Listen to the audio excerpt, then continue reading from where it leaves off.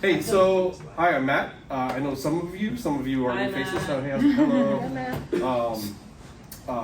I currently am working at Studio Hermitage as a senior designer. I've been in the industry since about 2010. I actually started off as a sound designer. That's what my degree is in.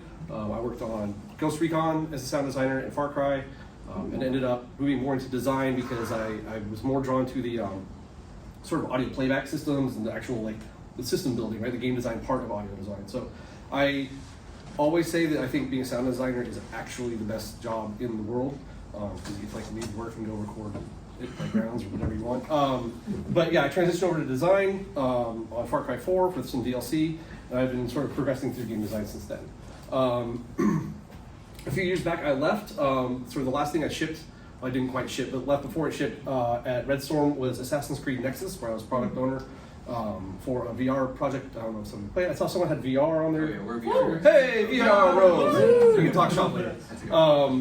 So that was awesome, and that was sort of my first major leadership role. I left there and went to Funcom to work on Dune Awakening, which was super cool, and that was where a lot of sort of these bucket and scaffold ideas sort of came to fruition. Worked there for a couple years, and then went to Studio Hermitage, which is where I'm working now. We've been working on a few prototypes. I'll show you some of it later in the talk, but that's where I am. So this, did it go? Momentum. There we go. So Buckets and Scaffolds is a deepish dive on modular design. It's something that designers probably think about a lot, or if you are a designer, you may already utilize this in your day-to-day. But I found through talking with colleagues and just friends in the industry that it was a pretty good insight into how designers think and also how we can, as designers, approach the rest of our teams to actually build towards modular systems. So the talk is an attempt to get away from generic assumptions about modularity being obviously beneficial and explain some specific methods of how modular design can be approached and utilized. So it's kind of part philosophy, part process. So takeaways that we can kind of expect to get out of it. For designers, how modular design can unlock unexpected creativity. Engineers, why designers might want every system to interact with every other system. That's something that I bring up, and there's a lot of engineers that are like, we don't need to do that. It's like, but it'll pay off later, you don't understand. Artists, planning ahead for reuse and repurposing of content. We've had a lot of success on that. That was one thing that on Dune, working with some of the artists, they were really invested in this modular idea. We got a lot of really good results from it.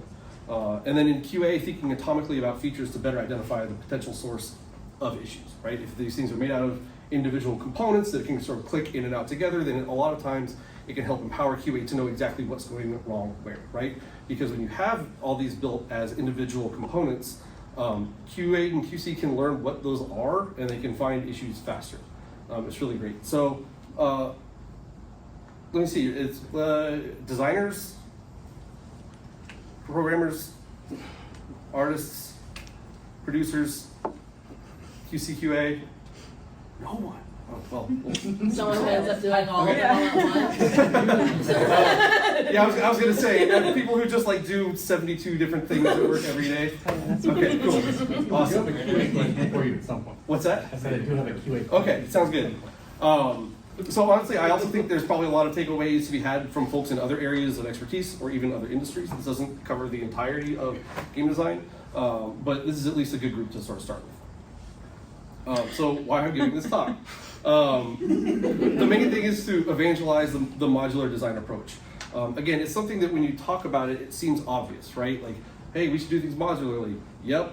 Okay, let's keep working, right? It takes some action and it takes some effort to actually build these into your pipeline and build your systems around those. So additionally, the design field has a lot of talks in literature about iteration, polish, critique, evaluation, but there's not a whole lot about starting from a blank slate, right? And how to build those systems up, how to build those design elements so that you can create something bigger. The approach can also be a powerful tool for designers to unlock rapid iteration and find the freedom to stretch your creative limits. These are some examples of really good game design books, ones I recommend to everyone, but they're not necessarily advocating for production methodology or how to improve your pipeline. It's a lot of really, really good information about how to look at your features and understand your features and how they, just design stuff. But it's okay, cool. This is all great information. How do I work with people to make this stuff? Right? So it's not just designers geeking out about design, which is fun, but So another reason is to share a common design approach so that those who don't live in our design bubble every day can get a look into the design process. I find it like really weird sometimes to talk about design stuff to, well, not to other designers, but just in general, because it feels obvious to me because I'm living in it, right? And that's all of us in our expertise, right? When you're asked to talk about something, we're like, hey, what do you think about this? You're like, well, of course it should just be like this, right? But we all have those perspectives and that knowledge, and so it's great to share that with other people who may benefit from it. I was sharing this with some friends who worked on the VR project, and I was really surprised. It was a producer friend and a programmer, and when I was talking through the high points of it, I thought they would be like, yeah, but like, what's the point? And they found it really insightful. So it made me really excited to give this talk. I've never given this talk before, so yeah. And then the last one is to explain to my loved ones what exactly it is that I do from day to day. When you say you're a game designer or programmer, people know what code looks like. Artists, people know what art looks like. Design, people don't think you're a graphic designer or whatever, right? So I actually think that talking about, even if you're not working modularly, but talking about design as a modular process really helps people sort of understand from the outside of what design can be. So as I thought about this, I formalized kind of three main influential figures. They aren't totally centered around software development and game design, but they kind of form the chamber that these ideas have bounced around in as I've worked on formalizing this talk. So one, as is required by the Book of Design, Miyamoto is obviously a big influence, but this quote in particular is one that I think about a lot, and it's one that a lot of designers come across, especially if you're starting out in design. This idea that a good idea is something that does not solve one problem, but rather can solve two, right? In Mario you can jump, but you can also break the block or squash the Goomba, right? Lots of really good games have that built in. But this isn't necessarily about that or about mechanics that use that. This is about taking that idea and applying it to production, right? So if you can have modules of functionality that can be more than one thing or can go in more than one place, then you're getting a huge benefit from it. Rick Rubin is an inspiration for me. If you don't know him, he's a record producer that co-founded Def Jam and American Recordings. He's worked with Beastie Boys, Run DMC, Chili Peppers, System of a Down. And he has a really, really amazing approach to creativity. He just came out with a book, actually, that is awesome. I highly recommend it. And his perspective is something more at the end when we talk about the creative elements. But it's about really the heart of the artist and how that can be expressed through design, through these modules. And Christoph Niemann is an illustrator. I was exposed to him on Abstract, The Art of Design. It's on Netflix. It's a documentary series. It's incredible. If you work on anything that involves critical thinking or design or anything like that, I highly recommend it. But I'm continually blown away by his capacity to reshape his perspective and simplify objects to recognize their abstract potential, right? So it's about looking at things in a different way and understanding what they could be, not necessarily just what they are. And that's an extremely powerful tool for design. So yeah, it's easy to say modularity makes sense. We should reuse stuff, absolutely. But without an action plan, the goal can often get lost in the shuffle of everyday development. So we can talk about buckets here. Originally, I had thought of them as Frankenstein features, but that's not quite the right vibe. The buckets are something you can freely take things in and out of, so it felt like a much better one. I'm not in marketing. Bucket actually sounds silly when I say it out loud in front of a bunch of people, but hey, that's what it is. But the definition of it is basically a feature made of interchangeable, reusable components, right? And the scale of that can change a lot depending on the feature, the engine, the project, whatever. But a really easy, straightforward example is grenades, right? It's made of a bunch of component parts that you could potentially reuse. So each one of these elements here, the throwable, timer, airborne physics, and impact behavior, could easily be utilized to make a non-grenade object, and the substitution of any of these elements could lead to an interesting variation that, as you're building these pieces out, you may not have expected when you were making this originally, right? So just by itself, if you were to make a grenade, right, that has these elements, now you have a rock that you can throw. You can make a bomb with a timer. Airborne physics, you could put basketball, soccer ball, whatever, and the impact behavior could trigger all kinds of different things, right? In this case, it's probably an explosion, but it could be anything that you want. And even it doesn't have to be something as obvious as that, right? Even the experience of shooting a gun in something like Call of Duty is made up of modular component pieces. Adding an aim state, if you take these and you add them to the grenade, right? Adding an aim state to a grenade makes it more accurate, so you're reusing that sort of design module. Replacing the manual trigger event could lead to a fun, chaotic weapon that triggers from non-input conditions, right? You shoot someone, but then now you no longer have control over when it fires, and now you gotta deal with that. That's a fun design wrinkle. And lastly, taking the idea of like a shoulder charge, right? You wind up, you run forward, you hit stuff, you knock them out of the way, you knock them in the air, whatever. If you start swapping these elements out and the feature is built in a way that you can swap those out, you can get some really fun behaviors. So what if the impact behavior, instead of pushing them back, was to explode like a grenade, or the wind-up state required a target acquisition to be able to follow the target, and that can increase your skill level. That gives you modularity there. Or instead of forced motion along the ground, it uses the fun airborne physics stuff that we did to make it a big jump, right?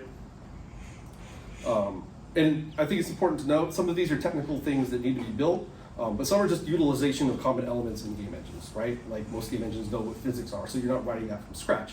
But if you think of it as a module, it becomes sort of part of an equation that you can put together to make it easily understandable, and also easy for production to track and to understand what it is that you're making.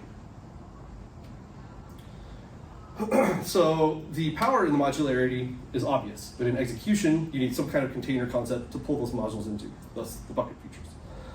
Individual elements build a design library of possibilities that can be shared and adopted across teams. It's easy to make changes for a family of features like explosives that are all similar but at different scales. I've got some examples of how we've done that before. And it increases production efficiency through reuse, and it's parsable into smaller development chunks. How many times have we heard, like, man, I wish we could just reuse that thing that we already have over there, but we made it this certain way, and that's a bummer, right? There's a lot of that is unavailable or unavoidable, right? There's no like magic bullet. You can be like, oh, we decided to do all this stuff modular, but it's really about keeping that philosophy along the way so that when you have those moments, there's a better chance that you built it in that fashion.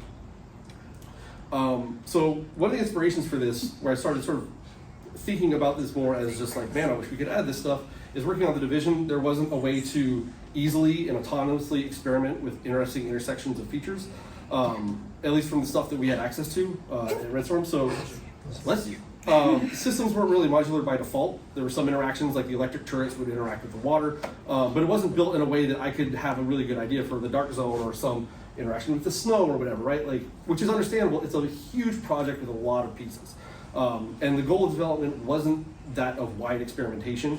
It was more about taking existing systems and executing the vision within very narrow parameters. So it's fine that it wasn't there, but as a designer, I was frustrated because I wanted to make cool stuff, and this was my like first big design gig. I was like, oh, I jump in there and make all. Okay, all right, well, I guess I'll ask for help from the programmers for everything. And it worked, right? The Division was a monster game. The sequel did great. But it's a good example of where bucket structure could have helped generate a lot of cool stuff, but it wasn't really necessary because there was a specific design already planned to execute. Most games would probably benefit from the modular approach, but it certainly isn't required to deliver a successful product, right? There's lots of games who sort of still do it and they're totally fine. Or, sorry, don't do it. Another thing that really solidified this as like sort of a philosophy and a way of approaching design specifically was on Dune. Our creative director continually brought up the need for flexibility and agility to not only address post-launch issues so we could fix things fast because it was a live game, but also to plan ahead for the live content, right? And working with this team, which, hey, Garrett was part of that team for a while. He can tell you if it was good or not. But it's the first time I put the bucket feature idea to the test. And it was difficult to come in mid-progress, right? Like that's a big challenge to come into a game that's already being made and be like, cool, let's put all this stuff into like these little categories and mix and match. But the team worked really hard, and we were able to sort of transition a lot of disparate elements that were all over the place and start building those into reusable pieces. The Shigawire Claw here is like one of my most favorite things I've ever worked on, and it was a direct beneficiary of that strategy. So one of the questions I got talking to a friend was that isn't this just immersive sim design, right? If everything talks to everything else or everything can interact with everything else, isn't that what this is? So, no, it's not. Immersive sims are often specifically built to take input from the player and generate interesting output from a variety of combinations. But bucket features are more about empowering the designer to mix, match, swap out elements to create new things that might be unexpected. And if the behaviors come along with that, that's great, that's value add, but as long as you can make these things efficiently, that's already a huge plus. So speaking of games that are built around bucket features, if you get hard enough into it, you can build not only core systems that take advantage of it, but you can develop player-facing systems that highlight the strengths of modular design. Immersive sims as a genre are an absolutely great example. But in terms of a tighter focus, Borderlands, the first game, if you haven't played it, it had basically like procedurally generated weapons, right? Like every single component of the gun was generated from some sort of data table with stats, right? And so it would just put all these things together, and that was a way to just make fun, unexpected results, which is really powerful. Billions of weapons was their tagline. And also, there's no way Magicka wasn't approached from a bucket feature perspective. If you're not familiar with it, it's a game where you can combine any combination of magical elements in various amounts, and every combination results in a different spell, right? So these are good examples of, while this is a production methodology, when you expose it to players and show off this idea, it can create some really awesome stuff that is continually surprising players. I found this, and it makes you realize why I stopped playing Magicka, because it seems like an amazing, cool nightmare of things that you can do with it. These are all, if you don't, these are all the buttons you can push, and like every one has a different outcome, and like if you're pushing different directions, I never got that deep into it. It intimidated me. Sometimes shooting for these features, it doesn't work out, right? We talked about it. Like you can't do this for everything. On Assassin's Creed, I was trying to develop this idea and trying to sort of get it happening, but the intensity of the technical implementation led to a lot of bespoke work because we didn't know what we were making when we made it, right? So there were so many new unexplored challenges, specifically due to VR, that it took a lot of energy and led to a lot of features being developed in a way that got them shippable, but not necessarily scalable. It was a smaller scope game, relatively speaking, so that wasn't a big deal. But I was kind of frustrated because I wanted to pursue this and we just didn't have the chance to do it, right? What I didn't really know how to do was efficiently execute the production side of it, right? As a designer, I knew what I wanted to do. Team was on board. Let's go. We don't have a way to sort of like action this, right? Like we all agree modular is fun and cool, Matt. But we're going to go make the thing. I was like, I'm going to figure this out. So that takes us to the scaffolding process, right? I think it's a pretty intuitive concept, right? We're sort of building this thing layer by layer. But I found that it's a really good way to execute specifically these bucket types of features, because as a designer, it gives me a good short-term goal to concentrate either alone or with my team, and lets me communicate really well with production as I talk about moving forward through the life of a bucket feature. In between sprints, right, in between feature tiers, all that kind of stuff, production can get kind of lost in where you are in terms of like, well, what's online and that's going to come on when and whatever. And if you sort of build this in one layer of functionality at a time and you make that an achievable sort of state, then production has a much easier time tracking your progress, and it helps you too. So a scaffold is a tier of completion that introduces or utilizes a new piece of functionality. It proposes a change or an improvement to a feature that leads to a potential go or no-go. You can abandon these before you've reached even your first feature tier or whatever, and you've still got stuff to come out of it, right? You can reuse the pieces. It connects into existing systems where possible and leads to information about how to move this feature and other features forward. It's meaningful work towards the final product, and it's not just a prototype living on its own island. We've all shipped prototypes. They're not prototypes, they're shippable, but you know, we've all done it. So this is an attempt to try to like figure out how to transition that from prototyping to production. It's important to note that the scaffolding process, along with this sort of bucket feature idea, it doesn't replace or negate the need for prototyping or for communicatable feature tiers, right? Those absolutely have a place. It would be silly to say, don't prototype, build this stuff. But it's kind of in the middle, right? So if the prototype is your Wizard of Oz, don't look behind the curtain, this is all duct tape and bubble gum, oh my God, they're shipping it. That's one thing, right? But if the feature tiers are kind of the opposite end of like these sort of bunkers of stability and reliability, there's a gulf there, right, that I often run into on any size of production where you need to be able to evaluate along the way, and it can't just be a sprint review, like because you got stuff half done, right? You don't finish everything on Thursday and then it's good to go on Friday, right? Like, so you need sort of this asymmetrical cycle to be able to lean on in between those. So it doesn't, the feature doesn't have to be finished, but it does need to plug into the connective systems in the correct way, right? You don't want to get so far down the prototype hole you can't connect to it, and then you've got a bunch of features in silos that aren't working together. It lets others see how it works or it breaks early so they can get excited and plan around the feature or element coming online. It's kind of nothing more satisfying than like, hey, we're going to have this piece of a feature that is going to come online, and another team sees it, gets excited about it, and they want to use it in some totally different way, right? That's really fun because you know that you're contributing to their success as well. And some sort of time and friction here can lead to value add in the long run because completing a scaffold for your team can improve features cheaply for other teams, because at the end of that scaffolding process, you're saying, we have a piece of functionality that can now potentially be taken out and used for anything. So everyone go have fun. So how many producers did we have? Any production people? Okay, right up front, no pressure. And you who do everything. Yeah, Right. sure, I do that too. Okay. So one of the things you may be wondering, this is a question from my producer friend, how do I not lose my team to endless iterations? How do I get design to stop playing with Legos and get them to actually deliver stuff? It's a fair question. And I think that's where the MVP comes in, right? It's a familiar thing. It's the minimum viable product. It's often what your prototype kind of morphs into as you like pull the bad pieces out and turn it back in. But it's in this sort of version, it's just the most basic version of the bucket feature.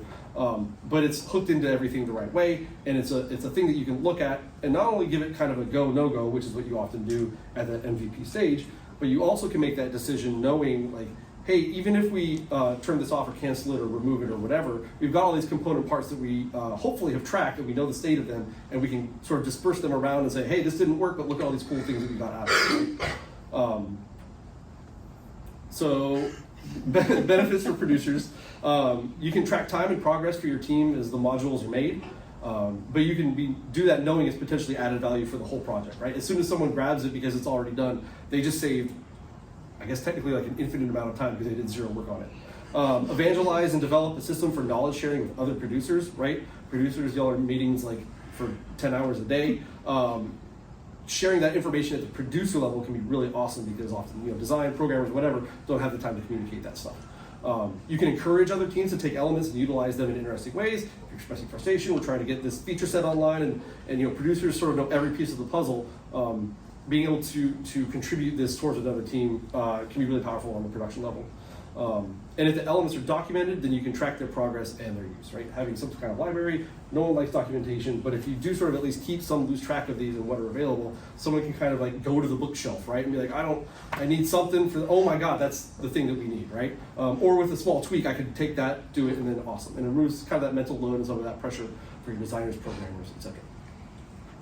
And then for QC, a benefit, I kind of talked about it before, but when features are built modularly, it can help the bug investigation greatly by having a known library of functionality to test against.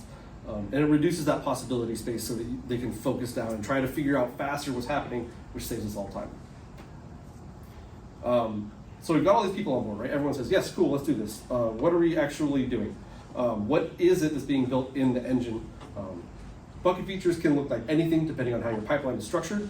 More of a guiding philosophy than a prescriptive process, right? So from a top-down perspective, you've got this like classes and subclasses, right? That's built into like everything. That's an easy way to still build some functionality and toss stuff around. Components is another way that you can sort of like take a script, add it to a thing, and if you can add it to lots of things, hey, it works.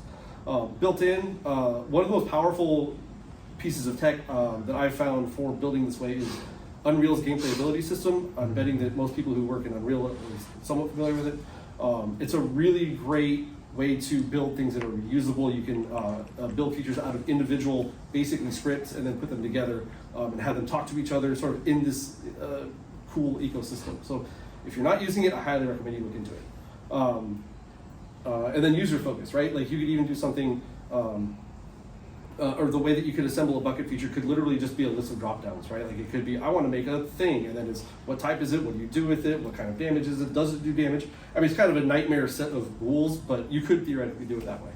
Ultimately, it's up to your team to decide what a component element looks like in your game and how to best generalize it. But know that when it's accessible across the project, someone somewhere may be inspired and come up with a way to use it that you never expected. So just as an example, the grenade one is a very straightforward idea, right? So, in the game I worked on, we needed these elements, right? We needed grenades for PvP, we needed grenade mines for PvV, and then explosive shells for vehicle versus vehicle combat, right? And that's very naturally a family of things. I worked on projects where this, in the case I'll talk about, it was very successful. I've also worked on projects where each of those was an entirely sort of different code path that didn't talk to each other, and at the end you kind of have to reconcile them and like build handlers to get them to talk to each other, right? So we just started with a grenade and got each element working. It was pretty straightforward, but it gave us an object type, it gave us a fuse type, and it gave us a detonation result, right? And so those three things were what we could carry forward and like in an hour, right, we could just tweak it and make the mine, which was placeable. So that's a whole new category of thing. Right now we can place anything on the ground that we want, which we couldn't do before. Fuse type, wait for impact, and then the detonation result is the same. It uses the explosion. And then the explosive shells was just another tweak, right? It's a shootable, but we're using the same logic up front. The timer is now an instant, so on collision it blows up. All simple stuff to implement, but it was tracked and it was understood how we could use these in other places. And so it ended up in just building out an archetype system that we could then, once we had these made, every time we made something different, we could then just dump it onto this stuff for a variation, right? So, hey, we got a poison status effect over here. Cool, put it in a mine, poison mine. We got like anything that we could grab from across the entire game could just go into one of these, and you're getting like exponential amounts of possibility space, right? You don't have to use every one of them, but you could do it. It's pretty awesome. So to summarize together, bucket features can use any number of modular elements, and the scaffolding lets you focus on tracking and the safety of the feature as it's developed. So another axis to this, now that we've talked about like, hey, this sounds like a good idea. The team size, right? That is a huge factor in this. It sort of drives how you can implement this stuff, how you're working together, and who can use what. So for example purposes, I'll say that a team is less than a 20-person group. And so on the small team here, we'll say this is a team making a project, right? 20 people is the entire group. And so design has hands-on pretty much every feature, right? Production can understand the full scope of systems and help in max efforts. And engineering's technical knowledge can be taken advantage to build the optimal method of implementation. The key thing here is that building with the module that do talk to each other will make your life so much easier in the future. After you get through that initial wave of making some stuff and you get to sort of playtime after a couple months, you get to make tons of stuff. And when you're down to like 1-2 designers who are in charge of building AI and abilities and characters and progression and sometimes UI or whatever, every bit of effort that can be reused is wonderful. So yeah, again, for example, as a designer, you have all knowledge of all the pieces. If we were making a hero shooter and you need a long-range healing element, you can just swap out the weapon to shoot healing items, right? And boom, you've got a whole new thing. If your ammo types are modular. On a medium team, the buckets can really facilitate collaboration and communication between the teams because they want to know what's being made, right? Like, hey, what are you making? I'm making this. Let's figure out how we can peanut butter and jelly it. And scaffolding keeps the project moving forward together, right? This is where you're starting to have to communicate to other teams the progress and how things are going.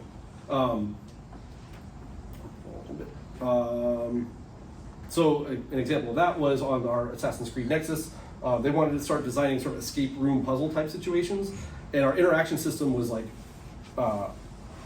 pretty much non-existent. So we were able to sort of piggyback on our grabbing and locomotion stuff. VR's complicated. But when you grab things, right, and your avatar moves around and your camera moves, but you don't want it to move, all that stuff we had already solved for the player character. So when they wanted to like move a door, we could utilize all that interaction tech, and we could just say, hey, the door moves like this, and it was just one simple problem to solve because we were piggybacking on all the work we had already done for throwing knives and grabbing humans and stabbing humans in the head and all that stuff, which was really fun to work on. And then a large team, it unlocks raw materials for design that people can use anonymously. Right? I don't have to know that Garrett made this thing. I can just like find it and see it in a sprint review. And be like, I want to grab that, and you can do it. And scaffolds are building the system safely, right? Because you're validating that each layer of it is functional. It's using the right systems and all that stuff. You're not just making smoke and mirrors. You're making things that people can actually utilize. And at this stage, design wants to be evangelizing your systems, seeing if there's interesting connections. Production probably expects scheduling impact on experts in your sprint. Sprint planning, schedule impact, I wrote that wrong. Anyway, after the scaffolding has been done to help with knowledge sharing, right? This is where at scale, we did this a lot on Dune, of like, hey, we need to make sure that we're specifically setting aside time to talk people through the thing that we made so that they can use it in the best way possible. So an example of success was our abilities team on Dune was largely focused on player-activated abilities, right? It's the player's kit, their tool set, gadgets, abilities, what can they do? The AI team, and this is a pretty common thing, right? The way that their characters and their behavior trees work, they couldn't just use the same thing that the players had, right? But because we had built things in this sort of modular way that we had made sure was safe and sort of able to be isolated, they basically came to our features, pulled out the bits and pieces that they wanted to use, and then just built some behavior stuff, sort of plug in the gaps, and it was done. They didn't have to look at our designs and build it from scratch. They could just reuse what we had. And that was huge.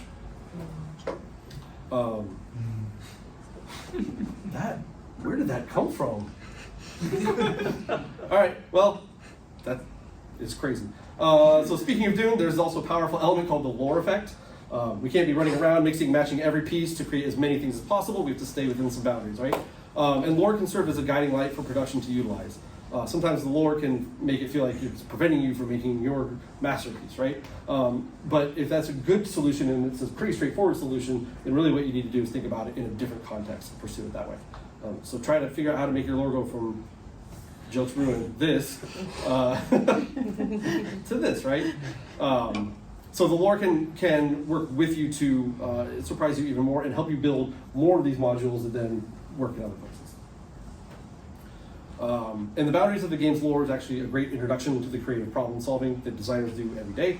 With the right modularity in place, you can start to explore new ideas and chase influences and quickly try out kind of whatever thought you have. And this gets into the sort of Crystal Neiman, the Rick Rubin approach, right, where so far we've talked about this as like production help, how to help other people make things faster, better, more efficiently. But like, there's also an element of freedom to this, where once you start getting your library together, if you worked on a game that had like a sequel and you're able to be like, oh my God, so much hard stuff was already done, we can just like add some features, this is insane, what is that like? That's sort of the idea, right? Like you get this freedom to be able to just make what you want, sort of reacting to any inspiration that you find. And even when we fail, or we hit a wall, or we run out of time, or lose that part of the budget, there's a silver lining because you came out of it with a box of toy pieces that can be scrambled up to make the next new thing, and you maybe even found some new combinations that you didn't know were possible. These elements can even carry across projects. This is a panel from the comic book that Paxton will be raffling off later. I've taken ideas on our project that came from an earlier prototype and sort of skipped a version and then came back into focus. I've been able to take those elements and basically repurpose some of those modules, and it's led to a much faster production process because I already kind of knew what I wanted to make. Another great, so these are some screenshots from the project that we're working on right now, which is super cool. And one big success is we're currently using some like non-gameplay ability tech. We're using Unreal, but it's really modular and it's been absolutely paramount to the velocity that we've had on this project. We can turn ideas around incredibly fast, which is partially because we're a small team, but also because I have the tools built to create features full of modular pieces that can be modified, changed, swapped. It can take me like an hour to do very major changes that impact the game in an incredibly meaningful way. So it's been sort of a litmus test, a way to sort of put this into effect, us being a very small team, and it's working out really well. So in my opinion, the art of game design might be about trying anything to find the right result and stripping that down to its most essential elements. And that's what this can help you do, right?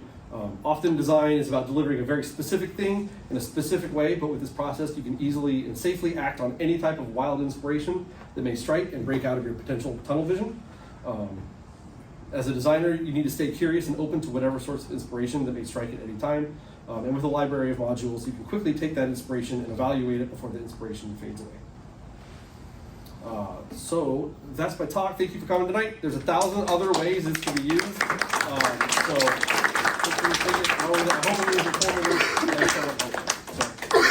Anyone have any questions? Yes, I heard you have a question. So, how do you kind of guard against? You have all these modules, you have all these pieces that can work together. Teams A through Z want to use a module, and they all need to tweak it a little bit. How do you stop that from happening? Because what that really does is it now makes A through Z of that module, and you have to support all that, which is not scalable. Sure. So how do you make sure that it stays simple and scalable? Because I'm working in a project right now that we have all these operable components that have to be able to work together, and they have all these base parts, but the testing pipeline is just forever broken because they all took them and did something new to them to make them work the way they wanted to. So how do you stop that from happening? or safeguard things? Yeah, I mean, I think that that's where you just need to really rely on your planning and your production side of it to say like, okay, basically we're going to like check these out one at a time, right? So like, which if your whole game is built around like modifying this one piece of it, that probably requires a pretty unique strategy to satisfy that.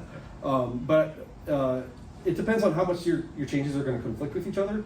But I would just pursue it as like getting on board with everyone who thinks they might want to have it, right?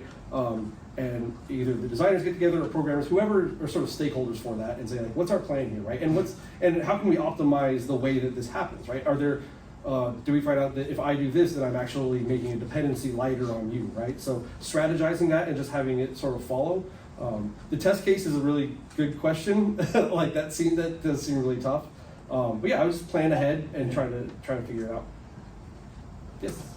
Is there a particular part of like designing it, like part of the game design that you find very hard and challenging to implement a modular approach? Like, because we know you talk about sound, we talk about art, we talk about if you're a narrative design, like narrative guided game, like the narrative itself, and environmentals and stuff. Like, is there like a particular discipline that's like it's very hard to get that to implement a modular design? Have you found? Or have you been like, I've been lucky that it works for every single discipline? Well, I think it's less binary in terms of like, hey, this did work and this did not work. And I think it's just approaching it with as much of that philosophy as you can. Dune was a great example where, because I was coming in sort of mid-process, we were trying to take like fire damage is a good example, right? Like the rockets would sometimes hit and have these fires, and that was an entirely different sort of damage triggering system than the grenades, which was different than the campfires that the Living World team had made. So like when we were putting all that stuff together and then working with artists, we were trying to do that, and the fire thing was, I think, pretty successful. But then we had to have those elements modularized from art for things like gadgets, and that was a much more difficult process because we couldn't necessarily get not buy-in, but like it just wasn't, things had been built and you just couldn't do it all, right? But working with the artist, he really, really appreciated that me as a designer was trying to propose things to him that made his life easier, because like, hey, if we take this one sort of prop or whatever, we could use it in these three ways, and with a little bit of work, right? So this flap opens or this thing moves a little bit, we can justify like 3 new major features, right? And so that was an approach where he couldn't necessarily just do all of it sort of willy-nilly and like literally take meshes and just bolt stuff together. But from a design perspective, working with him on that, he found it really, really helpful, and we got to execute stuff really fast. So it's about how much of it you can do and not necessarily like a binary pass thing. There's a question over here, I thought. Yep. That. So basically, it's about using features from previous projects or games and taking those features and trying to put them in the project that you're working on to make the process faster and to making the game or product we're trying to do. I think it's a little bit more about breaking down those features that you want to have into their individual elements or their components, analyzing that, seeing what works, and then if you want to copy or use it whole cloth, you can, right? Or you can like find the elements that you like, strip away the rest, and then now we have this sort of like core set of ingredients. What do we put back together that can make it new and interesting, but also maybe familiar because it's from our last game or whatever, right? So it's more about understanding how those things are built, and do you want to use them again, use pieces of them again. It gives you sort of a method of analysis for those types of things. Yeah, I didn't really understand the scaffolding part. Sure. Yeah. Okay, yeah, so the idea is if we were working on something, let's take the grenade. Grenade is the best, easiest example. Or the rocket launcher, we'll mix it up a little bit. We would essentially say, like, we need a validation pass for each one of these ingredients as we're building it up, right? So if we don't have equipables in our game, right, that's a new sort of piece that we'll probably use a lot. So we're gonna get equipables online, and then that scaffold is about getting that piece of it online. And maybe it's like an hour or 2 days or something, right? But it's like, hey, this is how we're doing it. There might be some people who care about how that's done. Validate it, make sure it's correct, cool. And then the next one, right? So now it can shoot something, and that might be a package with the rocket, right? That's fine. Cool, let's get together, let's validate that. So it's sort of like micro levels. It's not based on your sprint. It's not based on your feature tiers. It's about sort of like every time that you're contributing something, and it's not every change list, right? It's not every time something changes. It's this piece of this element is done. Let's validate it. Let's sort of put that piece on the shelf and then move on to the next thing. And sometimes that's very fast. Sometimes it's very long, right? So, what do you mean exactly about validating this? So technically making sure that it works in the way that it should, so that it's not sort of in the prototype realm, but also saying like, is this doing what we want it to do? And if it's something that we want to be able, if our pipeline supports this level of modularity, is it built in a way that we could utilize it somewhere else with relative ease, right? So each sort of scaffold layer, you're doing that, and over time you get this library of really relatively safe things that you can move and use throughout the project. Okay, I got you. Yes. When it comes to using buckets, I imagine that there's a point where you have too many categorizations of how something works. What are some ways that you can go about making it so you don't have too many buckets, too many categories, choking yourself with choice? That's a good question. That comes down to talking with a lot of times vision holders, right? So like we've got all this stuff, right? Are all of these in line? Are all these supporting the core focus? Also talking to, like on the technical side, like, hey, can we actually support all of this stuff, right? Like we've got all these choices, we could do anything.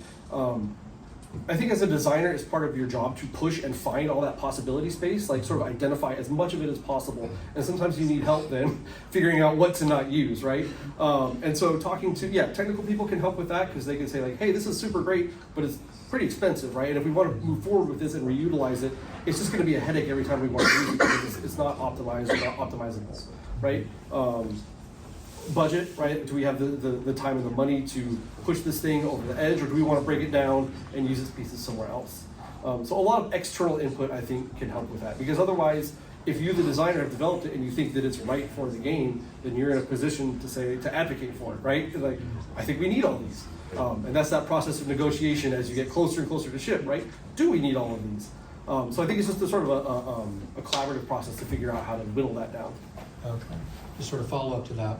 When it comes to the collaboration effort, how can you make it so that what you're putting out there, like to bring in this collaborative space, isn't already itself bloated? What are some ideas or ways that you can go about making it so that you yourself as the designer are not adding a feature that itself is just feature creep? That's a good question. I think, well, the feature creep, I think, is a natural thing that also takes that external knowledge, right? Like, you need to know if you're adding too much. But in terms of knowing, is it too bloated or something like that, I think that comes down to, my perspective is that designers have a lot of responsibility to not just sort of implement and develop, but also to communicate. You're sort of the main person for a feature who needs to know that it's going to work, right? So to me, part of the design process is talking to my engineers and saying hey, we want to do this, we can do this, right? And not just checking that thing in and being look, it's cool, figure out how to make it work better, right? So that would be my process for it, is along the way you're continually updating your own sort of knowledge base and understanding of what it is that you're making. And cutting it, if it's bloated, then you either cut it or fix it. Thank you. Yeah, no problem. Oh, yes, sorry. Wait. So I had a similar question, and is a designer going to typically scope this out too? Because it seems convenient to be able to take that modular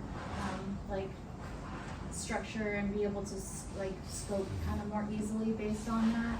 I'm not sure if that's something a designer does or someone else on the team. And I'm kind of thinking of the buckets are kind of like columns of a spreadsheet. Like, you have these features and attributes, and then you have qualifications for what can go on the row, say, of the spreadsheet. Like, you have this feature you want to implement, but doesn't meet this criteria to be a particular detail on that spreadsheet. I don't know if that's I think I follow what you're saying, and I think you could have. That's why I was kind of thinking about the drop downs, right? A programmer I worked with, I was joking with him that one time that I wish every thing that design wanted to make could just be an Excel sheet, right? You just drop down. I'm going to pick this, and I'm going to pick this. So in theory, that's sort of like, maybe not everyone's ideal, but it would be pretty awesome if you could just build stuff that way, right? So I think that's the right way to think about it, yeah. So is that a designer should? That depends on the project, I think. You know, sometimes it's just the designer. Like right now, the way that we're working, I'm doing most of that because I'm also implementing it, and also like we're making a lot of stuff. So it falls on me to be responsible. And I've got, you know, on Assassin's Creed, as the product owner, I got a lot of training in production. I kind of wore a producer hat on top of my designer hat, so I'm able to mostly evaluate. Sometimes I need some external input. But I think it just depends. Yeah, I mean, the designer should be able to at least make a guess. I think that if the designer shows up and is like, I don't know, but we should make it, you have to talk to the designer. So yeah, I think that they should be able to at least do a rough estimate, right, and then get external input. Or it's kind of like when I was explaining story points the first time, where it was like, once you do it long enough, you'll figure out how to estimate it. It's like, okay, well, I guess that kind of sort of makes sense. But yeah. Garrett, yes. Okay, so I really like this concept as a programmer. Like Mhm. trying to pitch this seems like the hard part. Let's say you're on like a 5-person team and you're trying to get everybody else on board, and they're kind of seeing this as like what you said about it's kind of like an immersive sim, or maybe people see it as that. Mhm. That would be terrifying if you're on a small team. You're like, well, Sure. we can't possibly do an immersive sim. We're too small, or even a 50-person company might say we don't have the budget for that. Mhm. How do you like explain? How would you go about explaining to them this isn't actually an immersive sim? It's more of just something else. Like a strategy. Define. Examples, right? I would say, like, if you've got any, let's say you've worked for a couple weeks, you've got some features and stuff that you've already built. Maybe they're in prototype, maybe they're that duct tape and bubble gum, but you can break those apart on paper and say, like, look, this is what we have, kind of the grenade example, right? Like, this is what these things are made out of, and so if we are able to take this thing out, and you got a big arrow, right, and move it over here, and now you can throw a rock. You could, like, all these things that we can do, and then tie that up with, this is where I would like to go with it, right? Because I think that's a thing that can happen in pitches is like, look how much power we could have. And it's like, okay, and then what? You're like, I don't know, we're gonna use the power, I guess. Like, right? So having an endpoint, I think, is probably another important part of that conversation, because then, you know, producers or seniors or whoever are gonna be like, yes, that sounds great. That's an immersive sim. Like, no, but we want to, you know, scope it down, and these are the things that I want to make by using this system. Gotcha. So it's kind of you're kind of splitting stuff up that was already going to be done. Like if you're making a grenade rather than just making it all in one piece, you're just making it in smaller pieces. Kind of. So you're not adding any work. You're just kind of modularizing it. That's why it's really like a philosophy and strategy, right? Yeah. Because, like I said, a lot of this stuff is like, you can just do it. Like in Unreal, like you can just make a class and a subclass and use gas, and like you've got all these sort of tools to build this way. It's about just building it that way, right? Yeah. When this logic is applied to like technical video games, like video games they play on a console or PC, I can see how it clearly like works. Would this sort of system, scaffolding and buckets, also apply to something like a board game or a tabletop role-playing game? Oh, sure. Yeah. I think design is design, and I think that that's a loaded. Yeah. But Are there any limits that come from transitioning the medium? what's that? Are there any limits from transitioning like the medium? I haven't tried. I haven't really tried it. Other than I made a board game about heroes fighting, and I was just reusing abilities. But yeah, I haven't really explored that space. I imagine you could. I don't see why it wouldn't be worth at least investigating. Yeah. So from a programming perspective, I always felt like if it wasn't modular, then I wasn't designing it right. We're kindred spirits, I guess. So in your like grenade example, Mhm. what's the difference between it being a bucket and it being another type of design? Well, I think if you do it, I think you could design it in any way, but look at it as a bucket feature to break it down, right? So it could be designed however kind of you want, but if you wanted to go from the bottom up with this, you would approach it this way, right? You would say, here are my elements that I want to use to make that. So I don't know that there's necessarily a design difference. Yeah, I don't know. Does that make sense at all?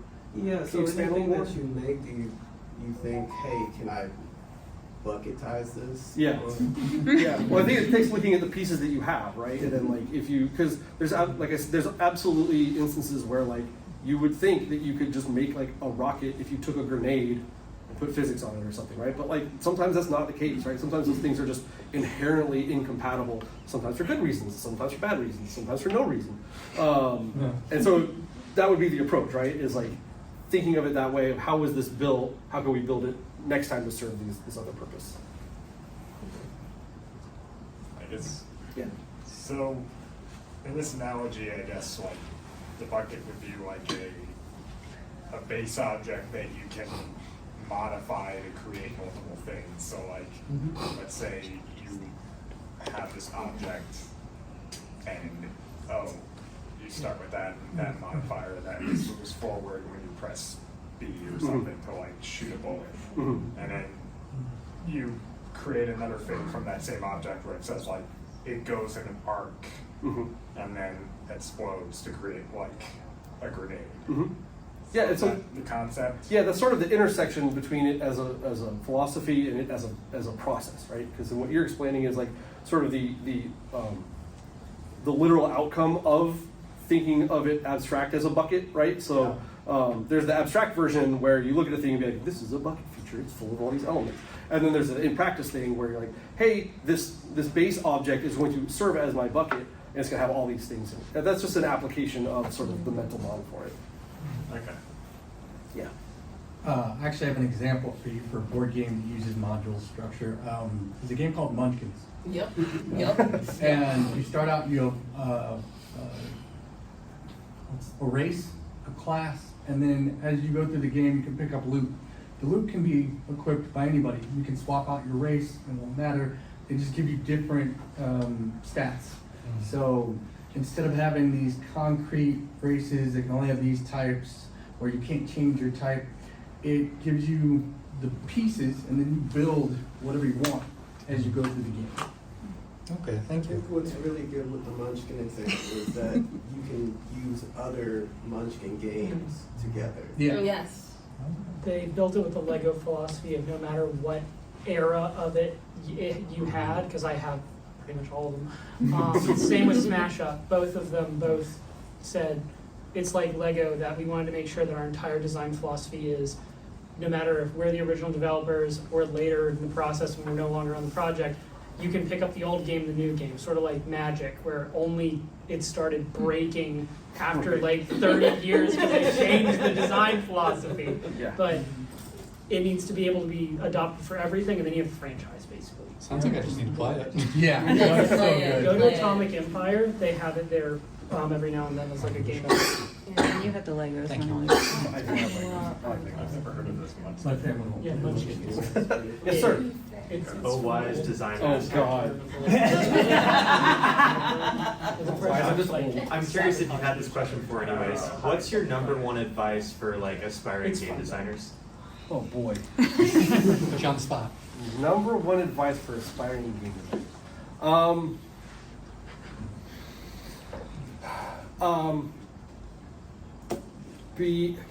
It's simple, but like, don't get married to every piece of your design, right? Like, I wanted, like, just Far Cry, there's this thing things I think about where I'm like, I was so pumped to get this in.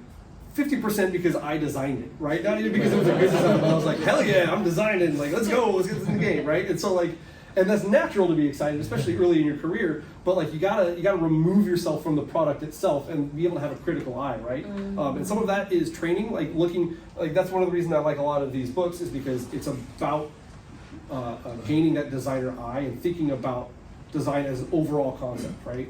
And not just video game design where numbers go up because that's the best design, numbers go up. So that, yeah, I think that's probably try to divorce yourself from that. There's a creative director on Star Trek Bridge Crew, which is again a VR game. I was like so far in the weeds of like rerouting power to engines, like literally that from Star Trek, right? And like I had this big thing and we were on a whiteboard and I'm like virtually like shifting all this stuff around and he was like, stop being a systems designer and think about this for 1 second like a player. And that was 12 years ago or something, right? And I've never forgotten that, right? That was like the best piece of advice I ever got. So, yeah, think like a player, but that's in every design book, right? Think like a player. Yeah, it's harder than you think. Yes. How with buckets and systems, because I know that it can help a lot like in engine, but how do you communicate it well, like translate it from engine to say the production manager or to other teams in a way that they can understand and digest it? A good way to do that, if I were to approach that, would be see what they have that maybe already exists or designs that they have, and show them examples of how you would use their stuff in your stuff, right? Whatever that stuff may be. Because they already have an inherent familiarity with the things that they've created, right? So they can then understand, like, oh, you grabbed that piece and you took it over here and you did your thing. It's cool that you took it over there and did your thing, right? As opposed to the opposite, where you're like, hey, we built this stuff and we could put it in your feature. You might get some resistance just in terms of like, well, hey, what are you doing? Like, I worked on that, right? Which is natural. But you are just starting from a place where you're showing them that you've thought about the content that they've created and thought about their work, which is just honestly often a better approach anyway. Okay, thank you very much. Anybody else? So at what point in the process do you start thinking about buckets? Day one. Yeah. I ask because sometimes when I'm trying to make like a prototype or something, I spend so much time trying to figure out how to make it modular that it doesn't get made because it becomes a whole mess. But you also have this idea of you see something that's already made and you figure out how to turn that into a bucket that can be used somewhere else. So is that something that you're just always looking for? I am. It's to me it's sort of like my day-to-day, minute-to-minute of how I process work, right? And looking at the design of things. But I think that's where that kind of scaffolding idea could come in helpful, right? Of like, because it's so tempting to, if I want to make an interconnected set of stuff, like I want to like make that web first, right? And then have all that stuff sort of pop up and appear. I've found more success in like, I know I want that web, but let's do one thing at a time, right? Like set it up, knock it down, set it up, knock it down. And that to me becomes a way, especially on a personal prototype or something, to not get lost in the weeds because it balloons so fast, right? You're like, oh man, it's just me doing this so I can do anything, so I want to do everything because every one of these is a cool connection, right? Like you take your foot off the gas and just build that thing up one layer at a time. And eventually you'll look back, right? And you'll say, oh my gosh, I'm so far down this process. Yeah. So when you're like planning your project or like the system that you want to have and all that, and because I program that way too, like I think in like Lego pieces, and so I guess my thing is like, how do you plan that efficiently? Again, without getting lost in the weeds. Like, A critical eye, I think. Like, is this worth the effort? What are the parts maybe that I'm adding to this sort of my own bias that don't need to be there?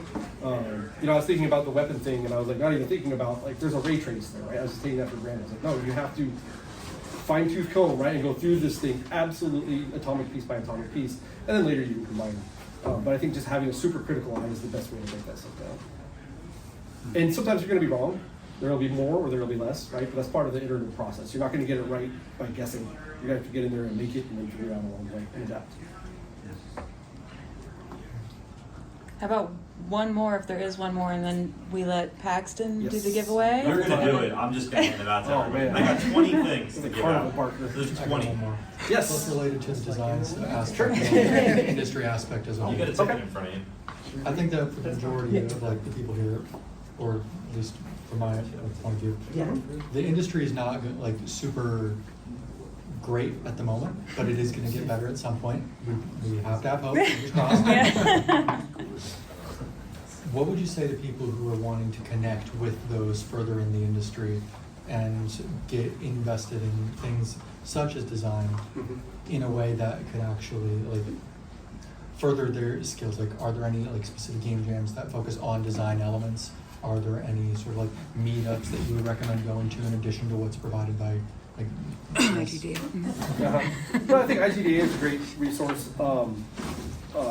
LinkedIn is a weird place, but it's not bad for connecting. Like you know, I've caught up with people that I work with, like generally on that professional platform. In fact, I'm doing an ad for LinkedIn now, forgive me. But like, because people are there, they're often open to talking, right? So it's probably fine to reach out and connect that way. In terms of game jams or something, I think you should start a like design nerd game jam and just like, hey, like focus on just pure design, whatever that may mean, right? And then you get a lot of cool perspectives. There's also Discords, right? You know, read books and follow the people who wrote those books, right? Like follow Raf Koster, follow, oh my gosh, totally blanking. Rick Rubin. Jesse Shell. Yeah, Rick Rubin. But like, you know, just follow those people and see what they have to say. Watch their old GDC talks, right? Like when I was getting into design, I watched like all Chris Crawford, who GDC started in his basement. Like his talks, just soak up as much of that stuff as you can, and then practice whatever you can. And TIAC that I was mentioning earlier, the group that has the office here, they do game jams periodically. I don't want to say for them when the next one might be, but I know that they do them, and they're always welcoming everyone to come join. And don't be afraid to make stuff with strangers, right? Like Yeah. get in there and see what you can make and what you learn. Thank you, Matt. Yeah.